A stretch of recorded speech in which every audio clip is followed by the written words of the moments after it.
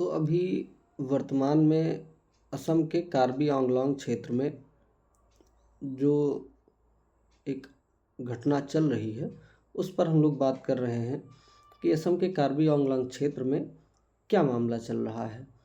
जो जैसी स्थिति बनी हुई है वो स्थिति अत्यंत दुखदाई है, वो स्थिति नहीं होनी चाहिए। तो क्या है ये घटनाक्रम, इस पर हम सब पूर्ण विस्तृत रूप से चर्चा करते हैं। तो सबसे पहले हम ये जानते हैं कि असम है कहाँ पर। तो असम की जो स्थिति है वो भारत के नक्शे के दाहिनी तरफ असम स्थित है और कार्बी इसी असम का एक जनजाति इसी असम की एक जनजाति है जिसे कार्बी कहते हैं। तो ये कार्बी लोग जिस क्षेत्र में रहते हैं वो कार्बी आंगलांग का क्षेत्र है। उस क्षेत्र को, उस जिले को हम क्या कहते हैं? कार्बी आंगलांग कहते हैं। कार्बी एक आदिवासी जनजाति है। अब जनजाति क्या होती है? तो जनजाति अपनी अलग संस्कृति, अपनी अलग पहचान के लिए जानी जाती है। ये सामान्यतया आम जनमानस से दूर रहते हैं, आधुनिक समाज से अलग, प्रकृति के साथ इनका बहुत घनिष्ठ संबंध होता है, प्रकृति के अधिक टच में रहते हैं। इनकी भाषा और बोली कुछ विशेष प्रकार की होती है। ये लोग जनजाति वाले लोग होते हैं। अब हुआ क्या है यहाँ पर, क्यों इन लोगों को समस्या है, दिक्कत क्या है? तो दिक्कत ये हुई है कि यहाँ पर भू अधिकार को लेकर एक लड़ाई छिड़ गई है। भू अधिकार यानी कि उस जमीन पर किसका अधिकार है, इसको लेकर लड़ाई है।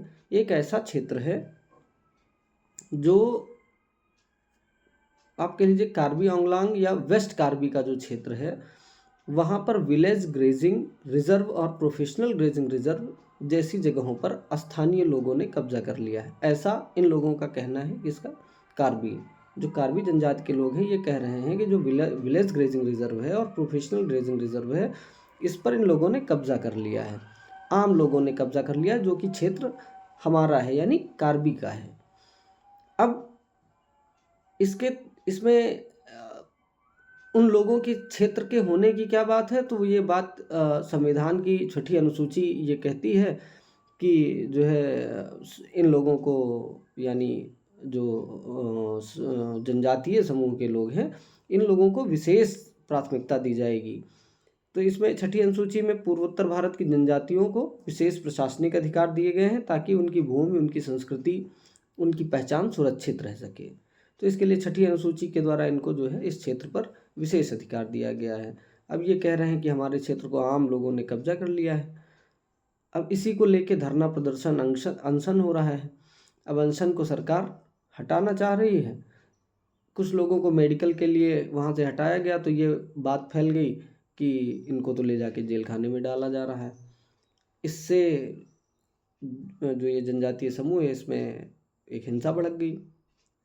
अब हिंसा भड़क गई तो उसको दबाने के लिए, उसको सप्रेस करने के लिए या कहिए उसको रोकने के लिए पुलिस बल तैनात करना पड़ा और स्थितियां सामान्य हैं। तो ये सारा है घटनाक्रम आसाम का। मुझे पूरी आशा है कि आपको विस्तृत रूप से समझ में आ गया होगा। बहुत बहुत धन्यवाद।